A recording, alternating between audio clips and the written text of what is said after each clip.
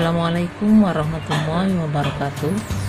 Selamat pagi anak-anak ibu sekalian. Hari ini kita kembali ke pembelajaran matematika, dan materi kita hari ini yaitu membahas tentang apa itu kombinasi. Kita masih ingat materi-materi sebelumnya yang telah kita pelajari. Yang pertama adalah kaidah pencacahan, yang kedua notasi faktorial, yang ketiga permutasi. Dan hari ini kita akan membahas tentang kombinasi. Suatu kombinasi dari anggota suatu himpunan adalah sembarang pemilihan dari satu atau lebih anggota himpunan itu tanpa memperhatikan urutan. Apa sih perbedaan antara permutasi dan kombinasi? Itu sering sekali yang membuat siswa-siswi sekalian itu bingung dalam menentukan kapan harus menggunakan kombinasi dan kapan harus menggunakan permutasi. Nah, di sini akan saya bahas ciri dari permutasi dan kombinasi itu.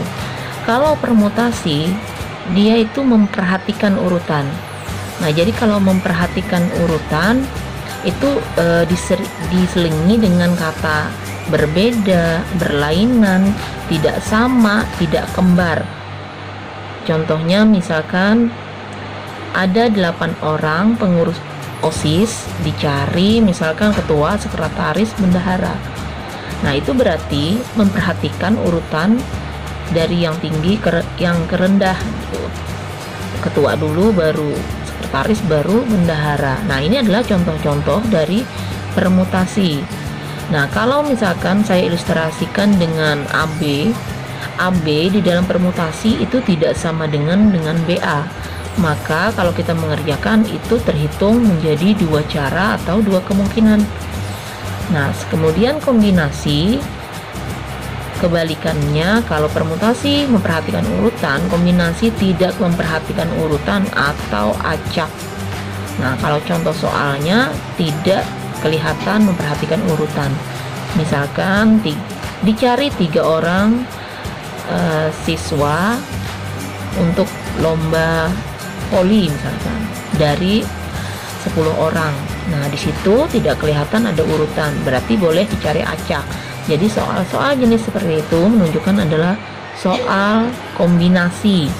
Kalau kita ilustrasikan dengan AB, maka dia sama dengan BA. Maka cara seperti ini dihitung satu cara. Jadi kombinasi itu kalau dibanding dengan permutasi dia akan lebih sedikit. Kombinasi terbagi dua. Yang pertama yang kita sebut sebagai kombinasi tunggal, R unsur dari N unsur yang berbeda. Kemudian yang kedua ada kombinasi yang saya sebut sebagai kombinasi majemuk, di mana R unsur dari N unsur dengan beberapa unsur yang sama. Nah, hari ini kita akan membahas tentang kombinasi tunggal R unsur dari N unsur yang berbeda. Nah, rumus yang digunakan di sini adalah rumusnya adalah NCR, di mana N itu adalah sesuatu jumlah dari keseluruhan, R itu yang dimintanya, dan C itu adalah kombinasi. Nah, rumus yang digunakan di sini adalah N faktorial per N dikurang R difaktorialkan dikali R faktorial. R itu sendiri kurang dari sama dengan N. Jadi dia maksimal boleh sama dengan N.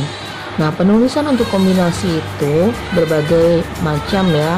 Boleh seperti di atas, boleh juga seperti ini dalam kurung N, R, boleh juga N-nya di atas, R-nya di bawah. Ya, sekarang kita masuk ke contoh soal. Nah, ini contoh soal yang saya ambil adalah untuk kombinasi yang pertama tadi, yang rumus NCR tadi, atau kombinasi tunggal. Nah, contohnya, berapa banyak cara memilih 4 anggota dari 9 anggota suatu himpunan jika yang A tanpa syarat apapun, yang kedua, yang B, salah seorang harus selalu terpilih. Nah, sekarang kita jawab. Nah, Soal seperti ini salah satu contoh soal kombinasi karena tidak ada memperhatikan urutan. Jadi langsung saja untuk yang pertama tanpa syarat apapun, n-nya 9, r-nya 4. Kita tulis seperti ini dan sama dengan 9 faktorial. 9 dikurang 4 difaktorialkan sama dengan 5, kemudian 4 faktorial.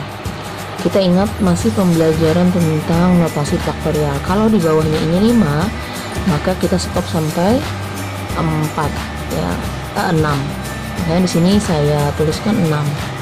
Nah, kemudian 4 faktorial itu saya uraikan menjadi 4 kali 3 kali 2. Nah, di sini saya coret 2 dan 3 ini saya coret dengan 2 dengan 4 saya coret 8 habis ya. Kemudian 9 dengan 3 masih bersisa 3. Makanya saya tuliskan di sini 3 kali 7 kali 6. Jumlahnya adalah 126 cara. Itu untuk yang A. Kemudian untuk yang B. Yang B tadi adalah salah seorang syaratnya ini harus selalu terpilih. Nah, tadi kita ketahui bahwa n-nya adalah 9, r-nya sama dengan 4. Nah, karena di sini salah seorangnya wajib terpilih, berarti dia yang berpengaruh terhadap yang dipilih. Berarti otomatis yang dipilih kurang 1, 3, karena sudah terpilih 1, jadi sisanya 3. Dan otomatis juga untuk n-nya berkurang 1, jadi 8. Makanya di sini karena dia syaratnya tadi seperti itu, 8 kombinasi 3. Langsung saja sama dengan 8 faktorial per 8 kurang 3, 5 faktorial kali 3 faktorial.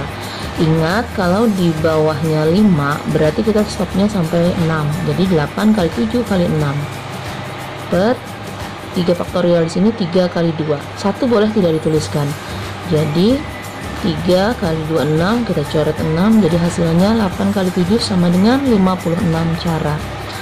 Nah, sekarang untuk melengkapi saya tambahkan satu soal lagi supaya bisa membedakan anak-anak sekalian bagaimana jenis soal yang bersyarat ini. Kalau misalkan saya tambahkan ya yang C, misalkan syaratnya satu orang sakit. Jadi kalau ada anak sakit gimana cara menjawabnya? Otomatis tadi kan n-nya 9, karena ada satu anak yang tidak ikut berarti n-nya berkurang 1, 8. Tapi yang dipilih tetap 4. Yang dipilih tetap 4. Kenapa? Karena tidak mempengaruhi, beda dengan yang di atas. Kalau yang di atas itu, kalau yang terpilih sudah berkurang 1, maka otomatis n-nya juga berkurang 1. Nah, kalau yang ketiga ini, yang C ini, karena satu orang sakit, dia cuma berkurang di n-nya saja, tapi r-nya tetap, yang dipilih tetap 4 orang. Makanya di sini 8 kombinasi 4 sama dengan 8 faktorial per 8 kurang 4, 4 faktorial kali r-nya 4, 4 faktorial. Karena di bawahnya 4 faktorial, maka kita stop di atasnya sampai 5. 8 kali 7 kali 6 kali 5. Kemudian di bawahnya kita tuliskan 4, 3, 2. Nah, 2 dengan 4 kita boleh coret 8. Habis. Kemudian sisa 3 dengan 6. Oh, bukan. 3 dengan 2 kita coret 6 ya. Nah, kemudian di sini 4 saya coret sisa 2. Jadi di sini 2 kali 7 kali 5. Maka hasilnya 70 cara. Nah, saya rasa penjelasan saya sudah cukup jelas ya. Mudah-mudahan anak-anakku bisa memahami materi yang ibu ajarkan. Kalaupun ada yang tidak paham bisa ditanyakan di kolom komentar. Kalau suka silahkan like, share, dan jangan lupa subscribe. Terima kasih telah nonton video ini. Assalamualaikum warahmatullahi wabarakatuh.